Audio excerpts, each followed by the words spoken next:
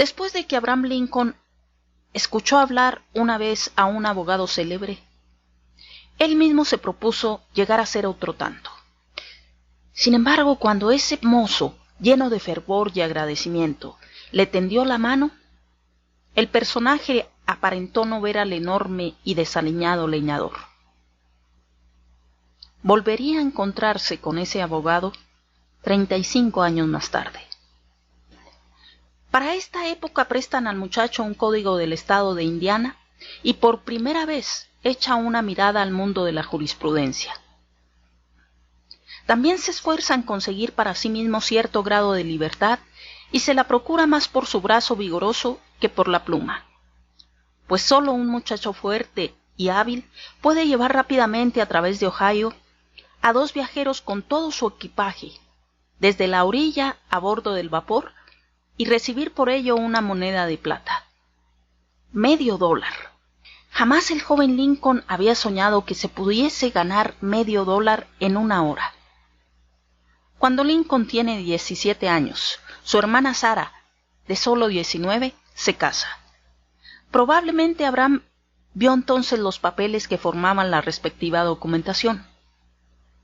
Y se pregunta a sí mismo, ¿por qué, llamándose los abuelos Sparrow, su madre figura en los papeles con el nombre de Nancy Hanks?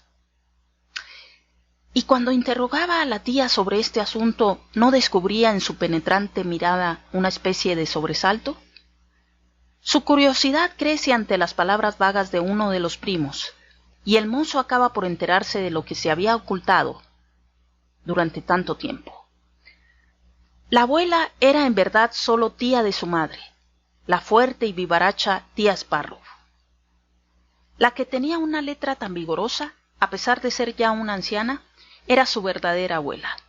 ¿Por qué se ocultó esto a los niños? ¿Qué era lo que había sucedido? Con admiración creciente se entera el muchacho de todo.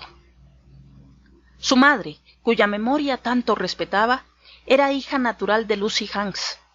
Los padres de Lucy, intransigentes en cuestiones de moral, la habían echado de casa, pero se habían encargado de la niña sin padre, y su hermana Isabel Hanks, casada con un tal Thomas Sparrow, del que no tuviera hijos, había criado a Nancy como hija propia. Estos habían sido los abuelos oficiales de Abraham. Más tarde, Lucy Hanks se había casado con Enrique Sparrow, hermano de Thomas, dándole 9 hijos. Y se pregunta Abraham Lincoln, entonces, ¿quién fue mi abuelo? El joven continúa sus investigaciones y se entera que la tía Sparrow, su abuela, había vivido cuando muchacha en Virginia, durante los años en que se llevó a buen fin la Guerra de Independencia. La lectura de la vida de Washington le habían enseñado que, en aquellos tiempos, soldados y aventureros infestaban el sur. Que una muchacha tuviese entonces un hijo era un hecho muy común. Cosas semejantes ha visto él entre los vecinos algunas veces. Solo que en estos casos el matrimonio lo arregla todo, y el escándalo no tardaba en olvidarse. Pero su propio caso era muy diferente. Cuando Abraham se entera de todo lo que le es posible saber acerca de la vida de su abuela, saca naturalmente la conclusión de que su abuelo materno era un hombre del sur. Y empiezan las divagaciones y las preguntas. ¿Qué clase de hombre era? ¿Un oficial? Quizás. ¿Un señorito? Es probable. Tal vez un negrero.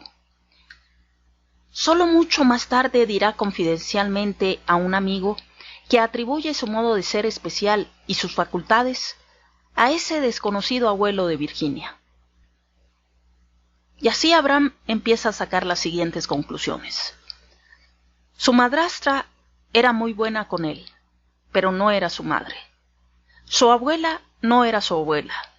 La primera esposa de su padre no era la mujer que Tom Lincoln deseara.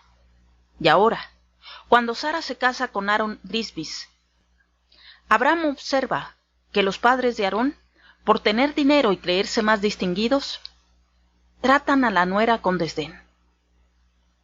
Apenas ha pasado la boda y ya ve a Abraham cómo hacen trabajar duramente a la joven esposa.